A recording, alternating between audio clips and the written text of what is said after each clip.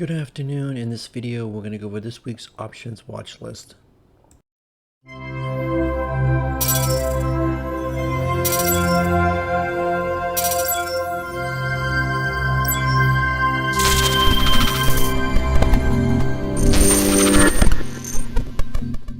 Before I get into the watch list, if you're not in the room, you can find the link in the description of the video and in my bio sections of the social media accounts. Also, please subscribe to the channel and like the video.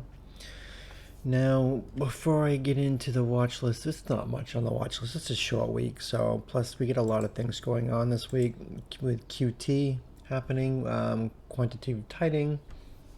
The Fed is going to reduce their balance sheet, so the market should, have a pretty nice drop. So I mean, that's what I'm anticipating. I posted on Twitter the other day that they've been just not injecting any money into the market the last few months, and the market's gone down. But I know the market's gone down for other reasons too, like the war, monkeypox, and raising rates. But still, when the Fed is not dumping money into the markets and propping it up, it's going to naturally end up going down because since the COVID crash, they doubled their balance sheet. Ironically, at the bottom of the COVID crash, down into 215, 220. And if you look at their balance sheet and look at the S&P 500 or SPY, it looks identical. So I think that when they start reducing their balance sheet, it's going to have a huge impact on where it is now. And I think we're going to end up seeing 350 or less. Is this supposed to reduce their balance sheet like $95 billion a month or something like that? That's a lot of money, and not as much as it is in the what's being pumped in, because it's up 9 trillion right now, and they're going to reduce it like 95 billion per month. But I think that we're going to see a lot of downside, and there's really nothing to be bullish about right now. We got Taiwan and China incident that could happen at any moment. Then you get Russia threatening Finland and other countries that are trying to get into NATO. You still got the war with Ukraine. You still got raising interest rates. You get raging inflation. Then you got QT on top of it, which starts on Wednesday. But I did see that Biden wants to meet with Fed Chair Powell on Tuesday. I don't know if he's got the power to tell him to hold off on QT. I don't know, but just something to think about. Why does he want to meet with Jerome Powell on Tuesday before QT? I think that's kind of suspicious, but we'll have to see what happens. As far as the economic calendar, got numbers here and there, but like it's a short week because obviously today is Memorial Day. The market's closed. We got job numbers on Wednesday at 10 o'clock. The Fed really likes watching those, and then we get non-farm employment change, the unemployment rate, which probably should start going up, because as companies are missing ER and things are getting more expensive, it's getting more expensive for not just consumers but for companies. And when they're charging more money, people can't really afford to spend as much, even though regardless of what the Fed's saying for consumer sentiment, which is completely wrong in my opinion. But people are going to start getting laid off. People are going to start losing their jobs. Unemployment is going to start going up. This is not good. I mean, in my opinion, things are going to get a lot worse before they get better. I don't see anything to be excited about. Yeah, earnings season usually is something that gets people excited, but that's not for another month. And even if it was earnings season, the last two earnings seasons have been complete trash. I don't think anyone's excited about it. The market used to run up in anticipation of good earnings. The market's not going to be excited about it for a while. So, but with that said, the ones I'm just going to watch, I'm only going to watch a few this week. Obviously, SPY is the one I always watch and always play. Right now, we're kind of overbought. We got thing I want to mention is that I think I might have to switch to a time frame. I want to go to monthly, go for 5 years. Now the monthly candle right now is a nice little, I could say somewhat of a hammer to a doji, whatever you want to call it. I mean, it's above the 20 EMA. It's green. That's the thing I want to point out. It's green. and there's one more day of the month, they could try to keep it green, pump it a little bit. So I would not be surprised if we end up getting pumped to 420 plus before we end up seeing downside. Because like I said, QT starts June 1st. They got one more day to pump this thing, and I'm sure they want to keep the monthly green. Right now, the weekly is nice and green. I don't see that going red. That'd have to be a really, really nasty drop. I mean, it'd have to be 20 point drop in a day. I just don't see that happening. It definitely could drop $15, but even if it does, it's not going to go green. I think the agenda is to have a strong month of May, green weekly, green monthly, then going into QT, and that's when things are going to start really seeing how much the Fed has held up the market, because the Fed has held up the market since COVID. I mean, you go back here, you can make a strong case that the COVID crash, that these could be, right around the 300, 325 could be the actual natural prices of what things should be, because the all the internet companies, the FANGs, were severely overflated, and they just went beyond what they're really worth. So plus the Fed pushing everything went up with it. So I think that natural pricing would probably end up being right around the 325, 350. If you took the Fed out of the equation, I don't think you would have ever seen this, but we'll see what happens. But like I said, green monthly, green weekly, 420 is definitely in the ballpark. Then you get 425. Then 430 is pretty solid area that it could end up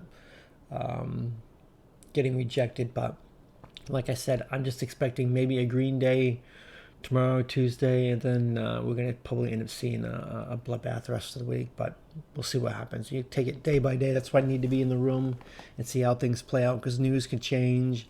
I don't see Yellen or Powell on the docket right now, but that things can change. I mean, I'm just in a moment of just in a moment, things could just change. So we see it all the time where Powell just decides to come out, or Yellen just decides to come out, or Biden does, and something changes. So we'll have to see what happens. So, like I said, probably a green day tomorrow, then red the rest of the week. And if it does get up to the 420, I mean, we look at the RSI on the hourly, it's up to 80.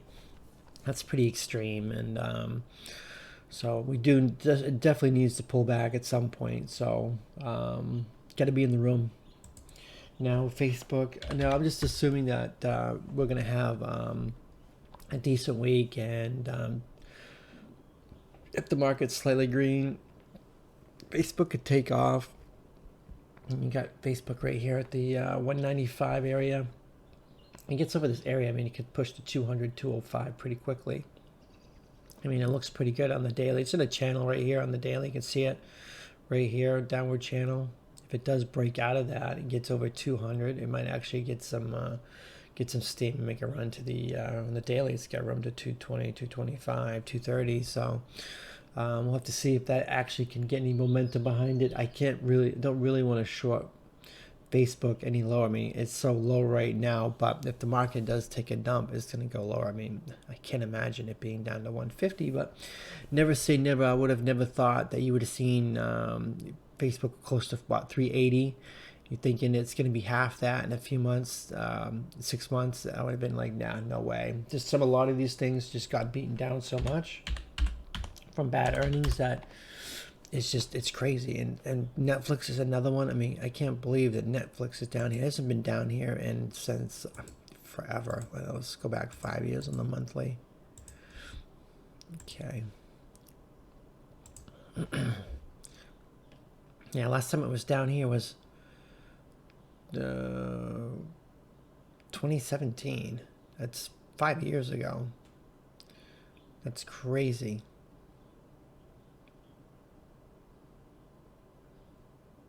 So yeah, I'll be watching Netflix. I mean, Netflix is setting up pretty good. It gets over 195, push to 200, 205,